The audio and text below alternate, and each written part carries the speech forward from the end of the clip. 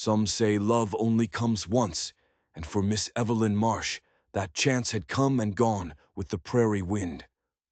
At 57 years old, she was the schoolteacher in Dry River, a dusty town carved out of the vast, unforgiving plains of 1887. Her life was a quiet river, its course set, its waters calm. She had made her peace with solitude, her heart carefully guarded since her husband Thomas passed 15 years prior. Her days were ordered by the ringing of the school bell, her nights filled with the silent company of books. She expected nothing more. She asked for nothing more. Then Jasper Langley rode into town. He was a cattleman, they said, wealthy beyond measure, with a ranch that sprawled over more land than any one man had a right to own. He was a force of nature, a man who bent the world to his will. And he had a proposal for the quiet schoolteacher. It wasn't a proposal whispered in the moonlight. It wasn't a declaration of whispered affection. It was a business transaction, announced in the middle of the dusty main street for the entire town to hear. He needed a respectable wife to match his standing. She, he declared with shocking boldness, needed the security only a man of his means could provide. It was an insult wrapped in an offer, a humiliation delivered as an opportunity. What started as a public spectacle, a clash between two stubborn hearts, would slowly unravel into a mystery neither of them could have predicted. Because in the unforgiving dust of Dry River, secrets ran deeper than any well, and past wounds could fester into something dangerous. Two people who thought their time for love had passed were about to discover that second chances sometimes come at a terrible price. The morning sun cast long, skeletal shadows across the main street as Evelyn Marsh made her way to the schoolhouse. Her dark blue dress, respectable but worn, rustled with each measured step. She was a woman of routine, of quiet dignity. The town saw Miss Marsh, the schoolteacher. No one saw the woman who still pressed a wildflower from her wedding bouquet between the pages of her Bible every night. The schoolhouse was her sanctuary. The familiar scent of chalk dust and old paper was a balm to her soul. She was arranging her slates on the blackboard when the first of her students, young Jenny Patterson, burst through the door, her blonde braids flying. "Good morning, Miss Marsh." "Good morning, Jenny," Evelyn replied, her voice holding a warmth reserved only for these children. "Arithmetic slate." Jenny nodded, her eyes bright with the unburdened energy of youth. Soon the small room was filled with the quiet hum of learning. 12 students, 12 futures she was tasked to shape. This was her purpose. This was her peace. She moved between the desks, a gentle guide in a world of harsh realities. A quiet word of encouragement here, a patient correction there. Her life was contained within these 4 walls, and for 7 years, that had been enough. At noon, the children scattered, their laughter fading into the dusty air. Evelyn opened her small tin, bread, a sliver of cheese, an apple. Her lunch was as simple and predictable as her life. She lived in a boarding house run by Mrs. Caldwell, a kindly widow whose tongue moved faster than a hummingbird's wings. Evelyn cherished the privacy of her small room, a refuge from the town's relentless gossip. A shadow fell across the doorway. Another quiet lunch, I see. It was Mayor Henderson, a man in his 60s with kind eyes that had always shown her a measure of respect not always afforded to a woman alone on the frontier. "Mayor Henderson," she said, setting down her bread. "Just checking on our town's most valuable citizen," he smiled. "The children are lucky to have you, Miss Marsh. Not many teachers would stay in a place like Dry River for 7 years." She had stayed. Other teachers, younger and prettier, had come and gone, marrying local ranchers or moving on to bigger towns within a year. But Evelyn had found a home here, a sense of belonging that had slowly healed the raw edges of her grief. "The children need stability," she said simply. After the mayor left, she stood at the window, gazing out at the town.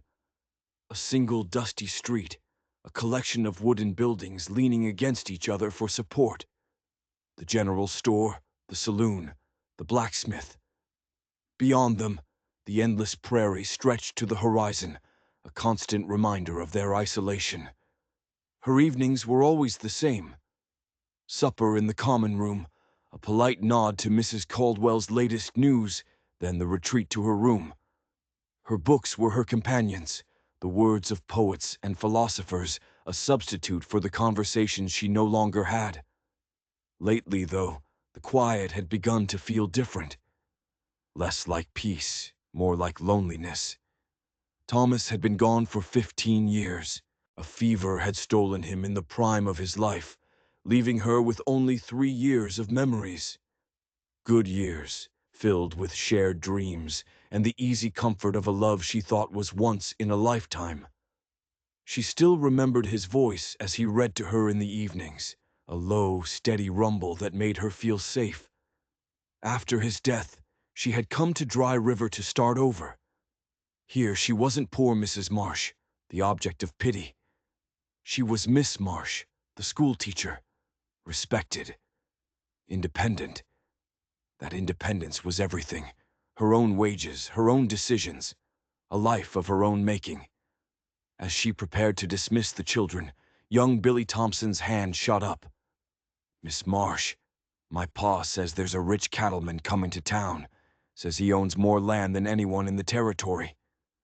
"Is that so, Billy?" Evelyn replied, her focus on helping little Sarah with her books. "Pa says he's looking to settle down," Jenny added, her eyes wide. "Says he's got a big ranch and everything." Evelyn smiled at their excitement. The comings and goings of wealthy men were of little interest to her. Her world was here, in this schoolhouse, and that was just how she liked it. But that evening, the town buzzed with an unfamiliar energy. Men gathered in tight knots outside the saloon, their voices low and excited. She caught fragments of words: cattle, land deals, a name, Langley. Later, in her room, she opened her Bible to the pressed wildflower. Its faded petals were a ghost of a long-lost love. "Grant me contentment," she whispered, the same prayer she had offered every night for 15 years. She had no reason to think tomorrow would be any different. She was wrong. Her quiet, orderly world was about to be shattered by a man she had never met. A man whose arrival would kick up more than just dust. The sound of hoofbeats drew her to the window. A lone rider was approaching, his horse a magnificent bay stallion that moved with a confident, powerful gait. The man in the saddle sat tall, his presence commanding even from a distance. His clothes were of fine quality, his black hat pristine, his boots expertly crafted. This was not a man who worked the land. This was a man who owned it. He rode with a purpose that made it clear Dry River was his destination, not just a stop along the way. He dismounted in front of the general store with a fluid grace, turning to reveal a strong, weathered profile. Silver threaded the dark hair beneath his hat. This was a man used to giving orders and having them followed. He pulled a silver pocket watch from his vest, checking the time with a deliberate precision that spoke of a life governed by order and efficiency. A quality Evelyn, despite herself, found admirable. "Miss Marsh," Billy Thompson whispered urgently from his desk. "That's him. That's the cattleman my pa was talking about." Evelyn directed the children back to their sums, but her own eyes kept straying to the window. The man disappeared into the store. An hour passed. The school day ended. As Evelyn stepped outside to dismiss her students, her world tilted on its axis. The stranger stood on the boardwalk, the center of a small universe of townsmen, including Mayor Henderson. His voice carried across the street, clear and authoritative. "Gentlemen, I appreciate your welcome. My ranch lies 20 miles south. I intend to become a permanent part of this community." Then his gaze found her. She felt it like a physical touch, a sudden intense scrutiny that made her acutely aware of her simple dress, her faded bonnet. To her astonishment, he stepped down from the boardwalk and walked directly toward her, removing his hat. "You would be the schoolteacher," he said. It wasn't a question. Up close, his eyes were a startling storm gray, his face lined with the harsh realities of the frontier. But there was intelligence there, and something else. A deep, abiding weariness. "I am Miss Marsh," she replied, inclining her head. "Jasper Langley," he stated, the name landing with the weight of his reputation. "I own the Double L Ranch." She had heard the whispers. One of the wealthiest men in the territory, a man who had built an empire from dust and determination. She had not expected this raw, unapologetic directness. "Mr. Langley," she acknowledged, painfully aware that every eye in Dry River was now fixed on them. Mrs. Caldwell was practically leaning out of the boarding house window. What he said next silenced the entire town. "Miss Marsh," Jasper Langley announced, his voice ringing out for all to hear. "I've come with a proposition for you. I need a wife, a respectable, intelligent woman who can manage the household of a man in my position." He took a step closer. The world seemed to shrink to the space between them. "You, I'm told, need security. You live in a boarding house, your livelihood dependent on the whims of a school board. I am offering you a home, financial security, the respect that comes with being Mrs. Jasper Langley. I propose an arrangement that benefits us both." The words hung in the hot, dusty air. An arrangement, a transaction. Evelyn felt a hot flush of anger and humiliation creep up her neck. This wasn't a proposal. It was a purchase. "Mr. Langley," she said, her voice dangerously steady, "I believe you have been misinformed. I neither need nor desire the kind of arrangement you describe." He was undeterred. He stepped even closer, his voice lowering slightly, but still loud enough for the captivated audience. "Miss Marsh, I'm a practical man. I believe you are a practical woman. Love is a luxury for the young. We are past that. I am offering you a life of comfort. In return, I need a wife who can represent my interests and help me establish a proper family life." The sheer, breathtaking arrogance of it stole her breath. He was negotiating for a wife in the middle of the street, as if he were buying a prize mare. The shame was a physical blow.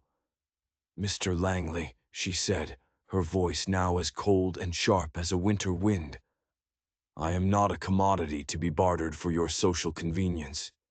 Nor am I so desperate that I would enter into a loveless contract with a stranger. I suggest you take your practical arrangement elsewhere." With that, she turned her back on him and walked away, her spine rigid, her head held high. She did not run. She did not falter. Behind her, a shocked silence gave way to a rising murmur of excited gossip. She didn't look back. She couldn't let him see the tremor in her hands or the sting of tears in her eyes. That night, in the supposed safety of her room, the scene played over and over in her mind. The insult, the public humiliation. And yet, there was something about his raw honesty that she couldn't dismiss. In his world, perhaps marriage was nothing more than a contract. But what truly disturbed her was the small, treacherous voice in the back of her mind. A voice that whispered of the things he offered. Security, a home of her own, companionship. Things a 57-year-old widow with no prospects had no right to expect. The thought felt like a betrayal to Thomas, to the real, true love they had shared. How could she even entertain the idea of a marriage built on nothing but convenience? She opened her Bible, her eyes falling on the faded wildflower, a symbol of a love that was pure and true. But as she blew out her lamp, it wasn't Thomas's kind face she saw in the darkness. It was the storm-gray eyes of Jasper Langley, and the profound, aching loneliness she had seen reflected there. a loneliness that looked terrifyingly like her own. The next morning, Dry River was a hive of buzzing speculation. Before Evelyn had even finished her coffee at the boarding house, she was besieged. "My dear," Mrs. Caldwell gushed, her eyes sparkling, "I have never, in all my 30 years here, seen such a thing. A man of his standing, so bold. It's the most romantic thing I've ever witnessed." Romantic? Evelyn nearly choked. "Mrs. Caldwell, the man spoke as if he were hiring a housekeeper." "Oh, but think of the practicalities," chimed in Mrs. Peterson, who had conveniently appeared to borrow a cup of sugar. "A woman of your age, Miss Marsh. Forgive me, but opportunities like this are rare, and he's a handsome man, for all his directness."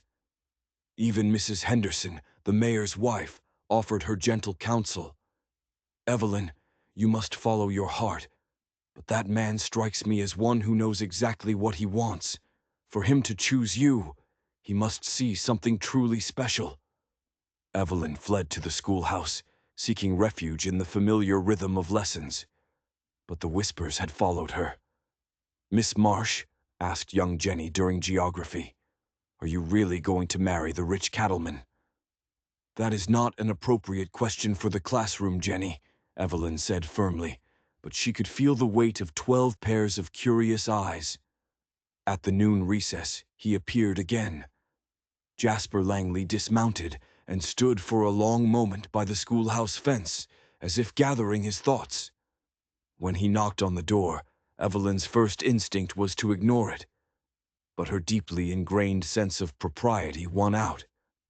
"Miss Marsh," he said, removing his hat as he stepped inside, "may I have a word?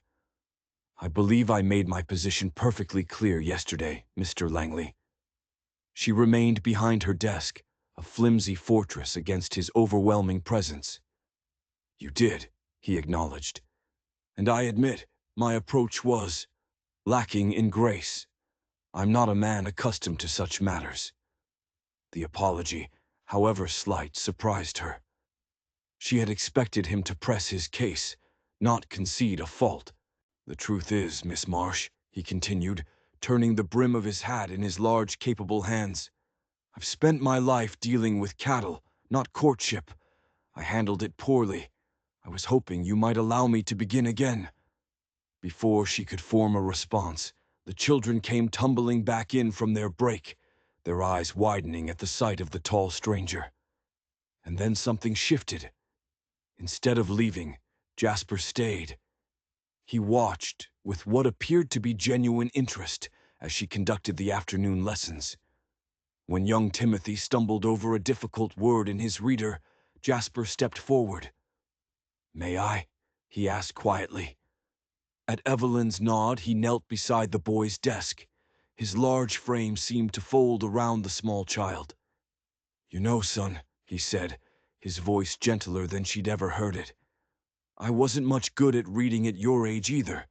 The letters would jump around like spooked cattle." Timothy looked up, his fear replaced by curiosity. "Really?"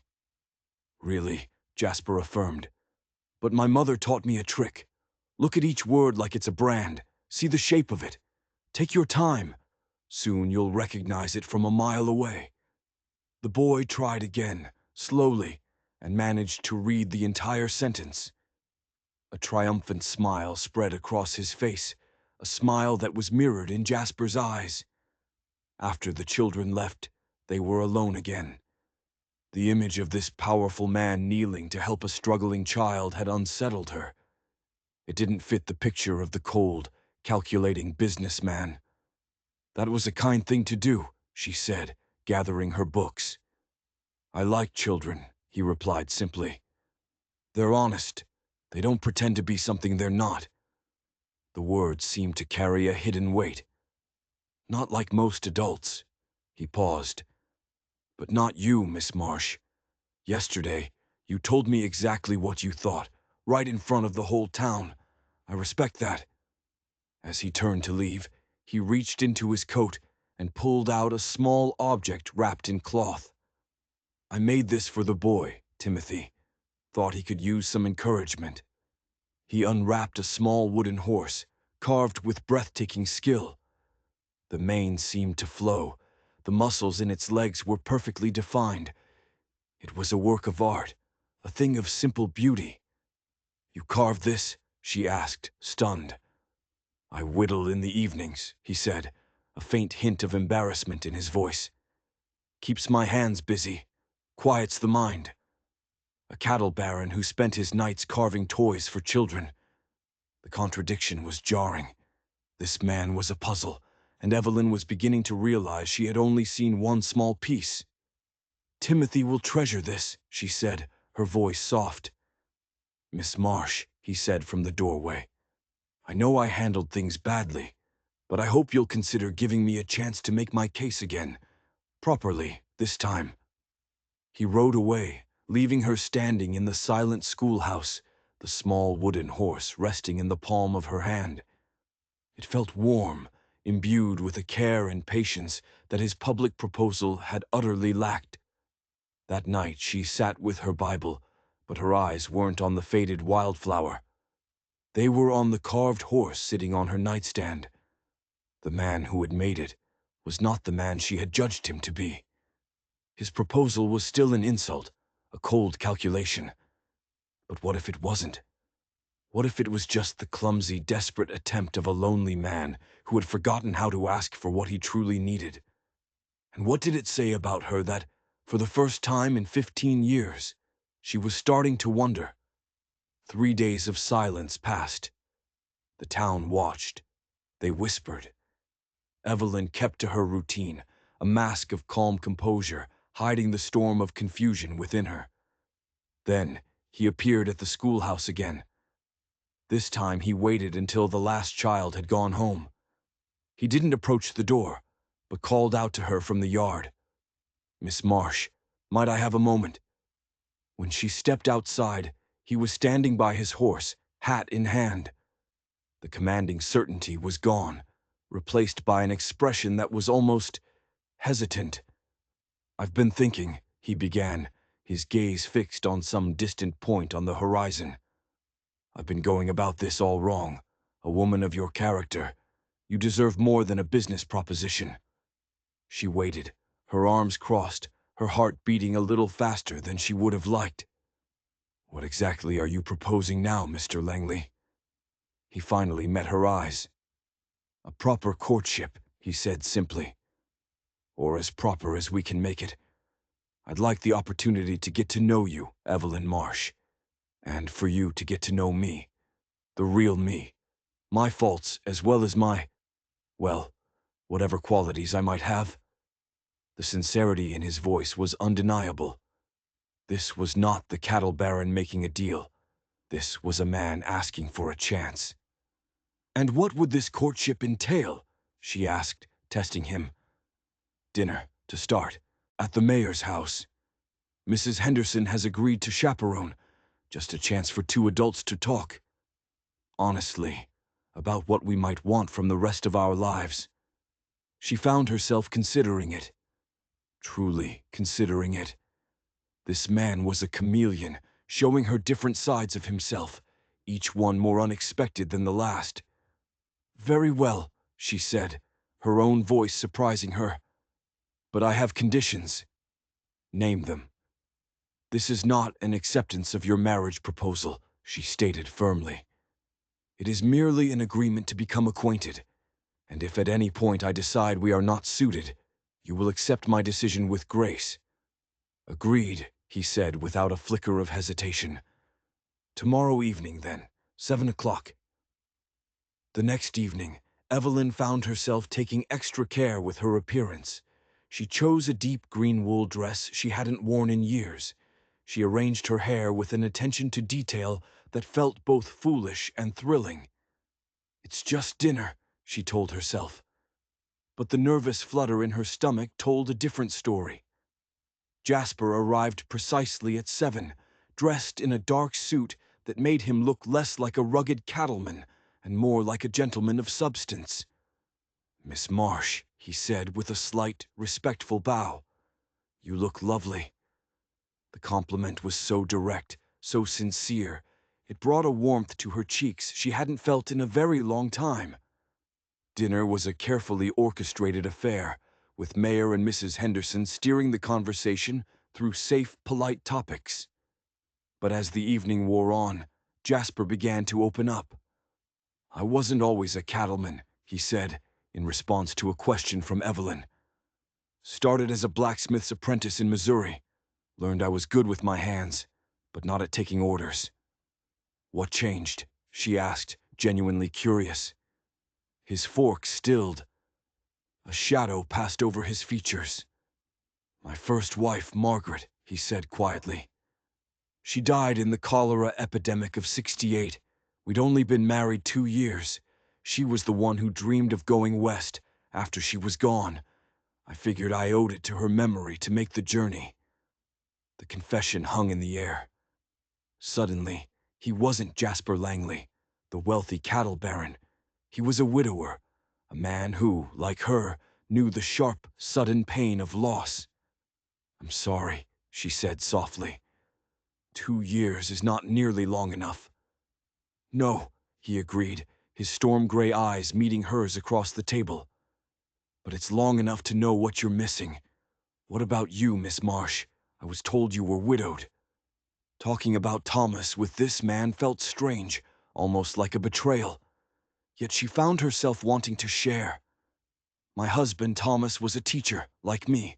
Our marriage was quiet, comfortable. We shared a love of books. He was a good, kind man." "Brief, like mine," Jasper observed. 3 years, she confirmed. "A fever." She paused, then added with a painful honesty she hadn't intended. "Sometimes I wonder if I've idealized it. When you lose someone so young, it's easy to remember only the perfect moments." "I do the same thing," Jasper admitted, his voice low. "Margaret becomes more perfect in my memory every year, but that's not fair to what we really had, which was real and human and sometimes difficult." The conversation flowed after that, deeper and more honest than any she'd had in years. He spoke of the crushing loneliness of building an empire with no one to share it with. She spoke of her pride in her independence and her secret fear that she had become too set in her ways to ever let anyone in again. When he walked her back to the boarding house, the night air was cool and crisp. "Thank you for this evening," she said on the porch. "Thank you for giving me a second chance to make a first impression," he replied. He hesitated for a moment. "Miss Marsh, Evelyn, I hope you'll allow me to call on you again. Not to press my proposal, simply because I've enjoyed your company more than I have in a very long time." That night she didn't open her Bible. She sat in her rocking chair, the small wooden horse in her hands, and thought about the man who had carved it. A man of unexpected depths and surprising sorrows. A man who had just called her Evelyn. For the first time in 15 years, the future didn't feel like a long, empty road. It felt like a question, and she was terrified to discover she might want to know the answer. 2 weeks passed in a flurry of chaperoned visits and quiet conversations. The town watched, their initial shock turning into fascinated approval. Miss Marsh and the cattleman became the story of the season. Evelyn found herself looking forward to Jasper's visits with an eagerness that both thrilled and frightened her. He was intelligent, well-read in a practical, self-taught way, and possessed a dry wit that often caught her by surprise. Then came the invitation that changed everything. "I'd like you to see the ranch," he said one evening, as they walked along the edge of town, the Hendersons a discreet distance behind them. "You should see what it is you're considering." The unspoken part of his proposal hung between them. He wasn't just offering marriage, he was offering a kingdom. "I'll have my foreman, Miguel, and his wife Carmen there. It will be perfectly proper," he added quickly. "I would like that," she heard herself say. The following Saturday, he arrived not on his stallion, but in a sturdy, well-appointed wagon. The journey south took them into a landscape of rolling golden hills that seemed to stretch into eternity. Her small, dusty town faded into a memory. This was his world. "How many head of cattle do you run?" she asked, overwhelmed by the vastness of it all. "About 3,000, he replied casually.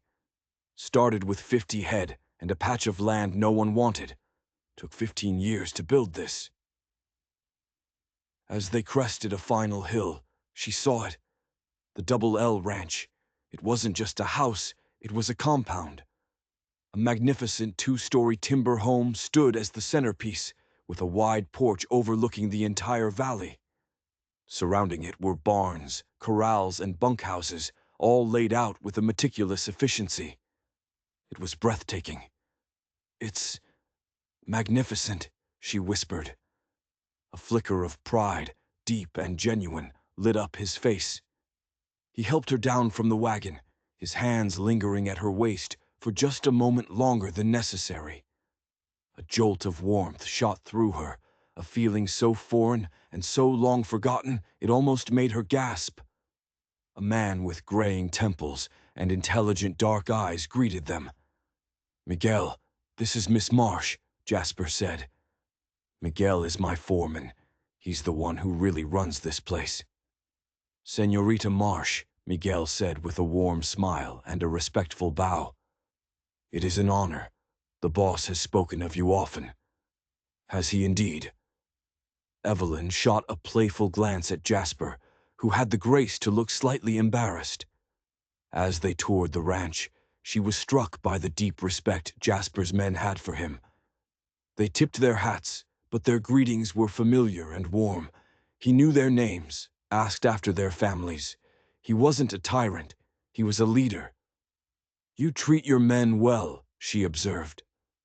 "A man can't run a place like this on fear," Jasper said, his eyes on a group of cowboys breaking a wild horse. "They're more like family than employees." But inside the grand house, the feeling changed. The furniture was of the finest quality, the room spacious and well-appointed. But it was empty, silent. It felt less like a home and more like a museum, a beautiful, lonely stage set waiting for the play to begin. "It's a beautiful house," she said, standing in the cavernous front parlor. "But it's not a home," Jasper finished for her, his voice quiet. "I built it thinking size and quality could fill the emptiness. I was wrong." From his vest he pulled a small leather folder. He opened it to reveal a faded photograph of a young woman with dark hair and laughing eyes. "Margaret," he said simply. Evelyn's heart ached for him, for the young man who had lost his dream. She still wore Thomas's wedding ring on a chain around her neck, a hidden talisman of her own loss. "She was beautiful," Evelyn said. "She was," he agreed. "But she's been gone a long time. I'm tired of living with ghosts." He closed the folder and put it away. He looked at her then, his gaze so intense, it felt as if he were seeing straight into her soul. "I want to build something new, Evelyn. Something real, with someone who understands what it means to start over." The use of her first name was no longer a surprise. It felt right. For the first time since Thomas died, she allowed herself to imagine it. A life, a partnership, a future. Dinner with Miguel and his wife Carmen was a warm, lively affair. Their easy affection for Jasper showed her yet another side of him, a man capable of deep and lasting friendship. They welcomed Evelyn into their circle without question, their conversation flowing as if she had always been a part of it. As Jasper drove her back to town under a canopy of brilliant stars, she found herself reluctant to return to her small, lonely room at the boarding house. She had spent a day feeling like she belonged somewhere. "Thank you for today," she said softly. "This place, it could be your home too, Evelyn," Jasper said, his voice a low rumble in the darkness. "If you'll have it, if you'll have me." The possibility was no longer a shocking proposition made in the street. It was a heartfelt plea, whispered in the vast, quiet darkness of the prairie. And she knew, with a certainty that both terrified and exhilarated her, that she was on the verge of saying yes. The autumn social was the biggest event of the year in Dry River. It was also the night Jasper and Evelyn would make their first official appearance as a couple. The town was electric with anticipation. Evelyn stood before the small mirror in her room, adjusting the collar of her best burgundy dress. Hidden beneath the fabric, Thomas's ring rested against her skin. For 15 years, it had been a comfort. Tonight, it felt like a weight, a silent judgment. When Mrs. Caldwell announced his arrival, Evelyn's heart gave a nervous leap. She walked down the stairs to find Jasper waiting.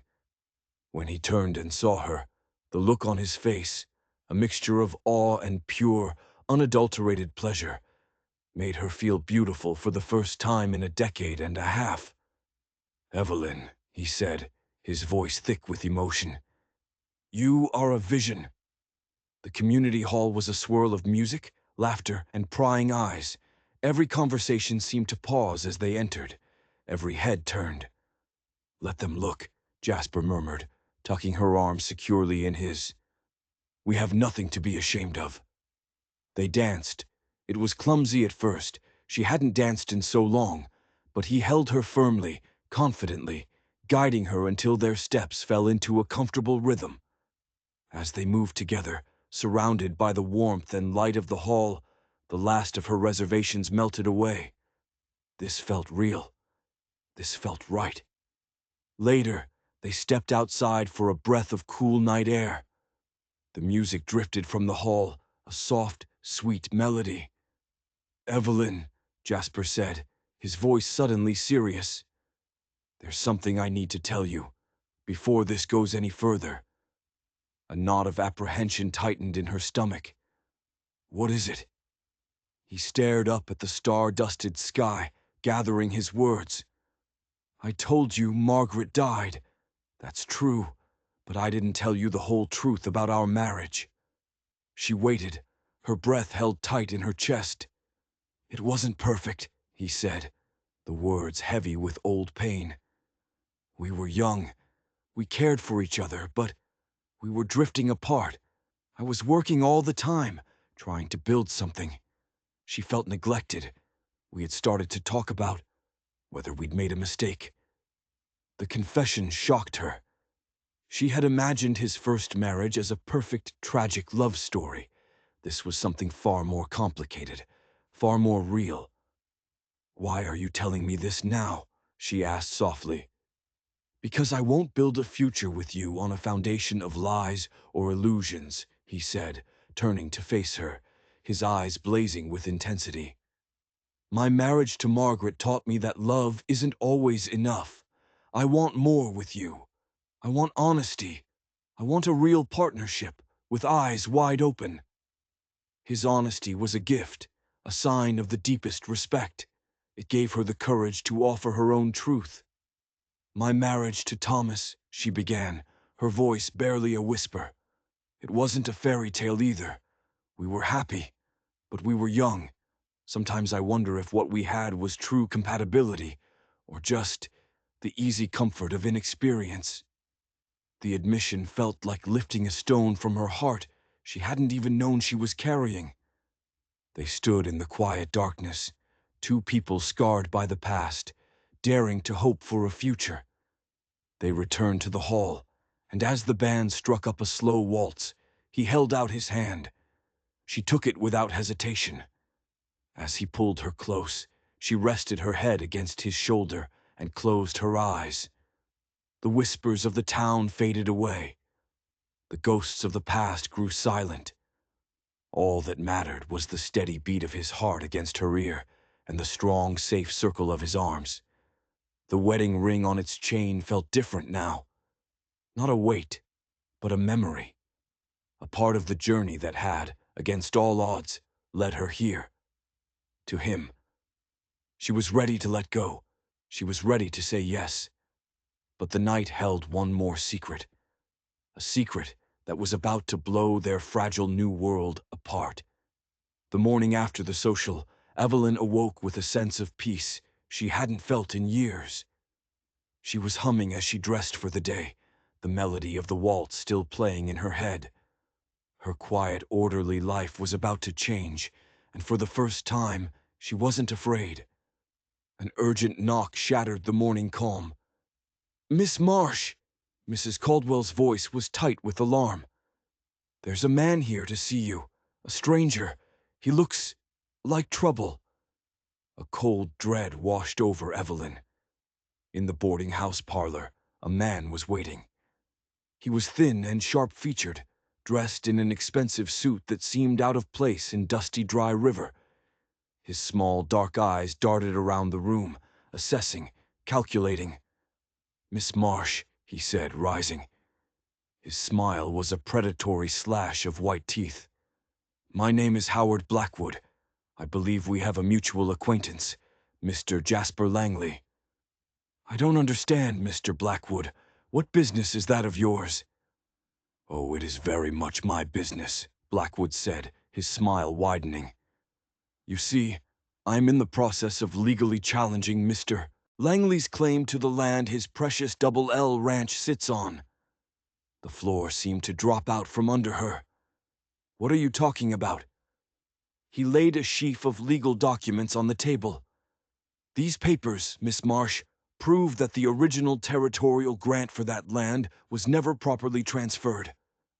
Jasper Langley built his empire on a faulty title. He doesn't own a single acre of it." Evelyn stared at the papers, her mind reeling. "That's impossible." "Oh, it's quite possible," Blackwood purred, clearly enjoying her distress. "In fact, I have located the sole living heir of the original grantee, a man who is very eager to claim his inheritance. If my case is successful, and I assure you it will be, Jasper Langley will be left with nothing. Not a single cow, not a single fence post. He will be ruined." The words were a physical blow, knocking the air from her lungs. Jasper's life's work, everything he had built, gone. Why are you telling me this?" she stammered. Blackwood leaned in, his voice dropping to a conspiratorial whisper. "Because there is one thing that could complicate my case. Territorial law includes certain protections for established family homesteads. A single man's business venture is one thing, but a family home, occupied by a husband and a wife, that is much harder to reclaim." The cold, sickening truth hit her with the force of a physical impact.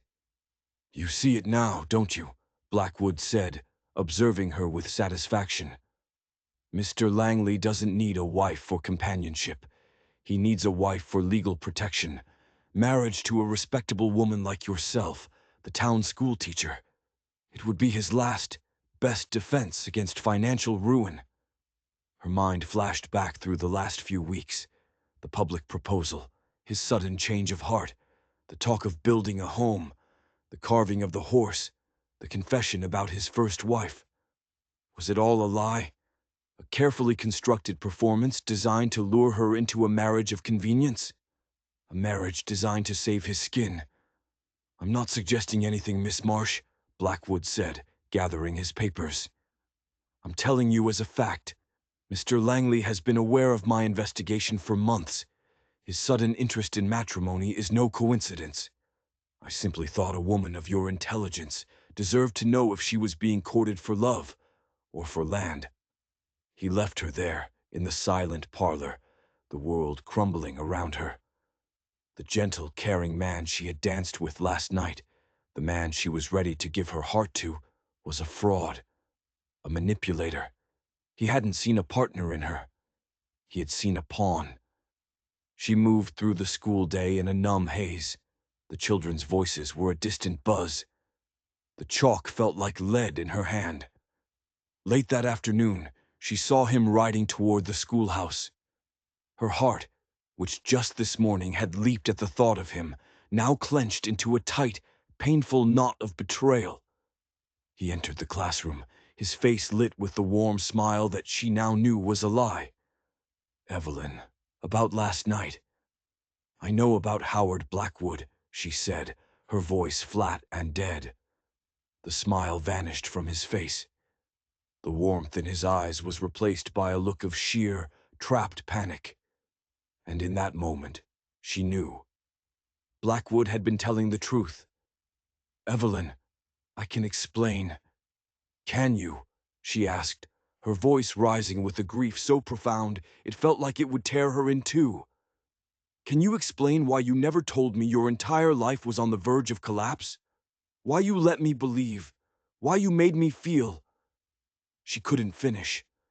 The words were choked by tears of rage and humiliation.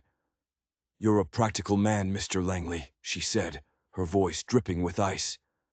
"I see that now. You needed a wife, any respectable woman would do, and the lonely, aging schoolteacher was the perfect target." She walked to the door, needing to escape before she shattered completely. "I think it would be best if you didn't call on me again. I will not be a part of your legal strategy." "Evelyn, please," he called after her, his voice raw with desperation. But she didn't turn back. She walked out into the cold afternoon light, leaving him alone in the wreckage of his lies. She had been a fool. She had let herself believe in a second chance. But it had all been a cruel illusion, built on the desperate schemes of a man fighting to save his kingdom. And she had been the sacrifice he was willing to make. 3 weeks crawled by. Evelyn moved through her days like a ghost, her heart a cold, heavy stone in her chest. She ate her meals in her room, avoided the town, and poured every ounce of her energy into her students, seeking refuge from the relentless ache of betrayal. The town whispered, sensing the fracture, but no one dared ask. Jasper Langley was gone. He no longer came to town. The Double L Ranch was a distant fortress, its master licking his wounds in solitude. Or so she assumed. One afternoon, as she was cleaning the slates, a figure appeared in the schoolhouse doorway. It was Miguel, Jasper's foreman. His usually cheerful face was etched with worry. "Señorita Marsh," he said, twisting the brim of his hat in his hands. "Forgive me. I must speak with you about Jasper." "Mr. Vasquez, I don't think there's anything to discuss," she said coldly. "Please," he urged, his dark eyes pleading. "I know what that snake Blackwood told you, but you don't know the whole story. Jasper is too proud to tell you himself." Against her better judgment, she found herself listening. "Did you know," Miguel began, his voice low, "that when Jenny Patterson's father broke his leg last spring, it was Jasper who paid for the doctor, who made sure they had food on their table? He told them it was an advance on wages he knew Tom Patterson could never repay." Evelyn frowned. She remembered the Patterson struggle. She had assumed the church had helped. "And the widow Wilson, who lives on the edge of town," Miguel continued. "Every winter for 3 years, a wagon load of firewood appears on her porch. She thinks it's a miracle. It's Jasper." Each story was a small chip in the wall of her anger. The man Miguel described wasn't a cold-hearted manipulator. He was the man who had carved the wooden horse. "Why are you telling me this?" she whispered. "Because he is destroying himself," Miguel said bluntly. "He doesn't eat. He doesn't sleep. He just rides the fence lines day after day, like a man trying to memorize the land he's about to lose. I have worked for him for 8 years, señorita. I've never seen him like this." He stepped closer, his voice dropping even lower. "He found out about Blackwood's challenge 6 months ago. 6 months, long before he ever came to Dry River. And do you know what his first words were? Not, 'How can I save my ranch?' But Miguel, what will happen to you and Carmen? What will happen to the men and their families?" The image he painted was not of a schemer, but of a man crushed by the weight of his responsibility to others. But if that was true, why the deception?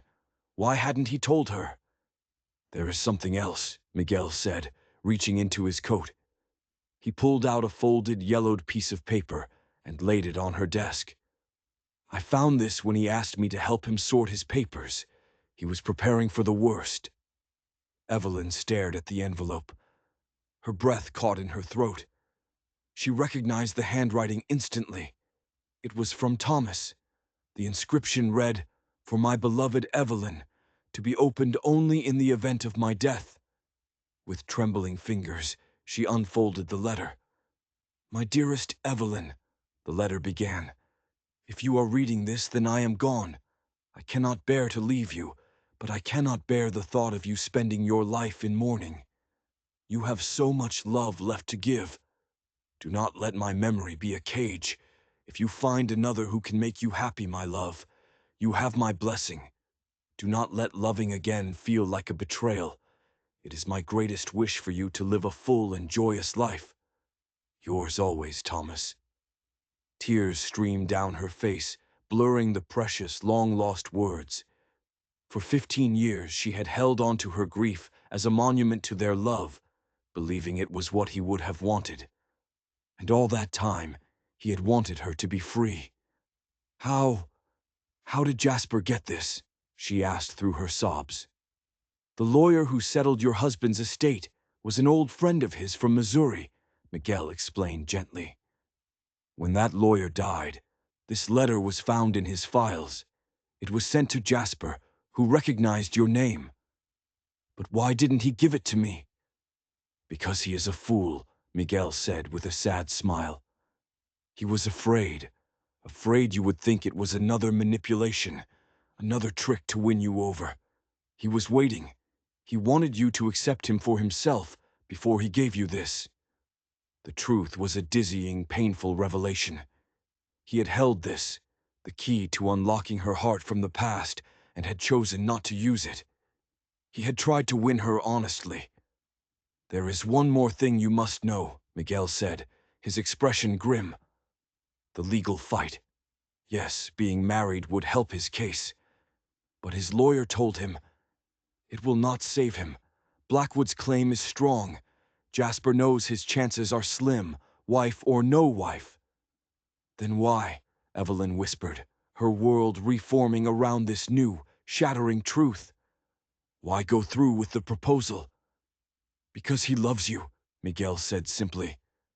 "I have seen him with many women over the years, important, wealthy women. He was never more than polite. But with you, señorita, I have never seen that man so happy as he was in the weeks he was courting you. Whatever the law says, he wanted to face it with you by his side.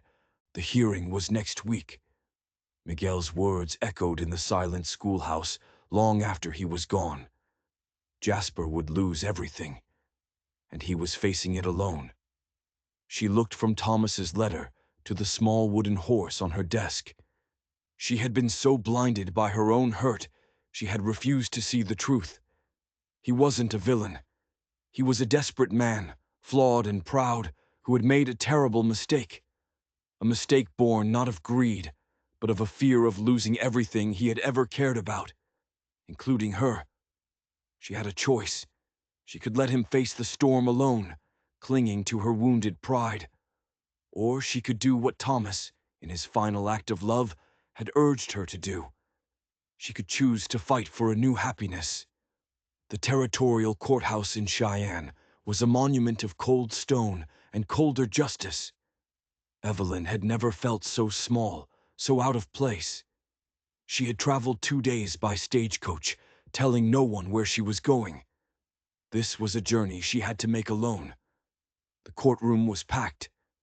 She saw Mayor Henderson and other faces from Dry River, a small contingent of support. Miguel and Carmen sat in the front row, their faces grim. Then she saw Jasper. He sat at the defendant's table, a ghost of the powerful man who had ridden into her life. He looked gaunt, exhausted, the fight seemingly already gone from him. When his eyes scanned the crowd and found hers, a jolt went through him. A flicker of disbelief, of shock, of a hope he had clearly long since abandoned. Across the aisle, Howard Blackwood sat coiled like a snake, a smug smile playing on his lips. Victory was in the air, and he could taste it. The proceedings began. Blackwood was brilliant, methodically laying out his case with a mountain of documents and expert testimony. With each piece of evidence, Evelyn felt the noose tightening around Jasper's neck. The defense attorney did his best, but he was fighting a losing battle against a carefully constructed legal trap. No one spoke of the man Jasper was. No one spoke of the lives he supported, the community he had helped build. The law cared only for paper and precedent. Justice, Evelyn realized, had nothing to do with what was right. Without a conscious thought, she was on her feet. "Your Honor." Her voice, clear and steady from years of commanding a classroom, cut through the legal drone. "I request permission to speak on behalf of Mr. Langley." The judge, a stern-faced man with tired eyes, peered down at her over his spectacles. "Ma'am, this is not a character hearing." "With respect, Your Honor," Evelyn said, her voice gaining strength. "This is not about character. It is about the truth, and the truth is what this court is meant to seek." A shocked murmur went through the room. Jasper stared at her, his mouth agape. The judge considered her for a long, tense moment. "Very well, miss. Be brief." She walked to the front of the courtroom, her heart pounding. She was just a school teacher. What could she possibly do? But as she stood there, facing the weight of the law, she knew she was not just fighting for Jasper. She was fighting for the life they could have had. "Your Honor, my name is Evelyn Marsh. For the past 7 years, I have been the school teacher in Dry River." She held up her teaching certificate, a flimsy piece of paper that was her only credential. "I present this not to boast, but to establish that I am a woman of sound mind and independent means.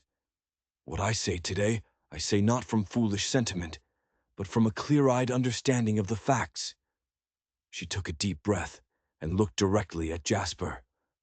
"I know Jasper Langley, not as a defendant, but as a man who has spent 15 years turning a barren wasteland into a thriving ranch that supports 20 families. A man who ensures widows have firewood and injured men have wages. A man who built a kingdom not for himself, but for the people who depend on him." The courtroom was utterly silent. Even Blackwood was listening, a look of wary confusion on his face. "Mr. Langley's courtship of me has been unconventional," she said, a small smile touching her lips. "But I have come to know his heart, and I am here today to announce, before this court and before God, that I have accepted his proposal of marriage." A gasp rippled through the gallery. "I am to be his wife," she declared, her voice ringing with a certainty that seemed to shake the very foundations of the stone building. "Not to serve as a legal shield, but because I choose to bind my life to a man of honor and integrity. The Double L Ranch is not just a business. It is a home. Our home. To take it from him on the basis of a dusty, forgotten piece of paper would not be law, Your Honor. It would be theft." The judge stared at her, his stern expression unreadable. "Miss Marsh, your passion is admirable, but it does not change the evidence." "Then perhaps this will," Evelyn said, reaching into her handbag. She pulled out a bundle of papers tied with a ribbon. "I have spent the last 3 days speaking with the people of Dry River. These are receipts for goods purchased, records of wages paid, letters from families he has helped. This is documented proof, Your Honor, of 15 years of investment, not just of money, but of a life in this community." She handed the bundle to the clerk. As the judge began to leaf through the papers, his expression began to change. Blackwood leaped to his feet. "Objection! This is irrelevant." "Is it, Mr. Blackwood?" the judge asked, his voice sharp. He held up a receipt. "This shows Mr. Langley paid for the construction of the town's first church. And this, a letter from the doctor, thanking him for funding a clinic. This is not the behavior of a man merely occupying land. This is the behavior of a man building a community." Evelyn pressed her advantage. "I would also ask the court to consider the timing of this claim. The supposed heir, Mr. Vasquez, showed no interest in this land until after 15 years of backbreaking labor had made it valuable. He was approached, was he not, by Mr. Blackwood, a man known for profiting from such dubious claims. All eyes turned to the so-called heir, who shrank in his seat. The judge fixed Blackwood with a withering stare. "Mr. Blackwood, explain the financial arrangement you have with your client." Blackwood stammered, his smooth composure finally cracking. The truth, that he stood to gain half the ranch, would expose the entire lawsuit for the predatory sham it was. It was then that Jasper rose. He walked to stand beside Evelyn, and when he spoke, his voice was no longer that of a defeated man. It was the voice of the cattle baron, the leader, the man she loved. "Your Honor," he said, "I bought that land in good faith. I have poured my life into it. If this court takes it from me, so be it. But I will not stand here and allow anyone to question the one true and valuable thing I have gained in this process." He turned to Evelyn, his storm-gray eyes filled with a love so profound it took her breath away. He reached into his pocket and pulled out a simple gold band. "Evelyn Marsh," he said, his voice raw with emotion, in front of the judge, the lawyers, and the entire town. "I made a terrible mess of this. I was proud, and I was afraid, and I hurt you. But everything I felt for you was real, every word, every moment. Will you marry me? Not to save my ranch, but to save me. This was not a business arrangement. This was not a legal strategy. This was a man laying his heart bare." "Yes," she whispered, tears of joy streaming down her face. "Yes, Jasper Langley, I will marry you." He slipped the ring onto her finger. It was a perfect fit. In that moment, the outcome of the trial ceased to matter. They had already won. 6 months later, a new school bell rang out across the rolling hills of the Double L Ranch. The legal hearing had ended in a stunning victory. Faced with Evelyn's evidence of community investment and the exposure of his predatory tactics, Blackwood's case had crumbled. He and his so-called heir had vanished from the territory, defeated. The ranch was safe. But more than that, the house was no longer empty. It was a home, filled with warmth and the quiet hum of a shared life. Evelyn had her own schoolhouse now, built by Jasper near the main house, where she taught the children of the ranch hands and those from neighboring homesteads. She stood in the doorway, watching the children play, when two strong arms wrapped around her from behind. "How are the scholars progressing, Mrs. Langley?" Jasper's voice was a low rumble against her ear. The name still sent a thrill through her. "Very well, Mr. Langley," she replied, leaning back against his solid frame. "Though their teacher is easily distracted." He chuckled, the sound a warm and constant comfort in her life. They stood together, watching the sun begin its slow descent, painting the vast sky in brilliant strokes of orange and purple. Her life, once so small and contained, now felt as wide and full of promise as the prairie stretching before them. That night they sat in their usual chairs on the wide front porch. Jasper was whittling a small fawn, another addition to the schoolhouse menagerie. Evelyn had her Bible open on her lap. Between the pages, nestled next to the faded wildflower from her first marriage, was a fresh prairie rose, placed there by her husband that morning. "Do you ever regret it?" Jasper asked quietly, his knife still for a moment. "Giving up your quiet life, your independence?" It was a question he asked her often, a gentle check-in from a man who understood what she had sacrificed to be with him. "Never," she said without hesitation. "I learned there is a difference between being alone and being lonely. My independence was a fortress I built to protect a broken heart. You didn't ask me to give it up. You asked me to open the gate." He smiled, a slow, deep smile that reached all the way to his storm-gray eyes. He reached across and took her hand, his large, calloused palm enveloping hers. She had thought her story was over, the final chapters written. But she had been wrong. Life, she had discovered, was not a single story, but a book of many chapters. And sometimes, the most beautiful, the most surprising, the most meaningful chapter is the one you begin when you think the story is finished. If you enjoyed this story of a second chance and believe that love can find us at any age, make sure you're subscribed to the channel. We have a new story coming tomorrow, and trust me, you won't want to miss it.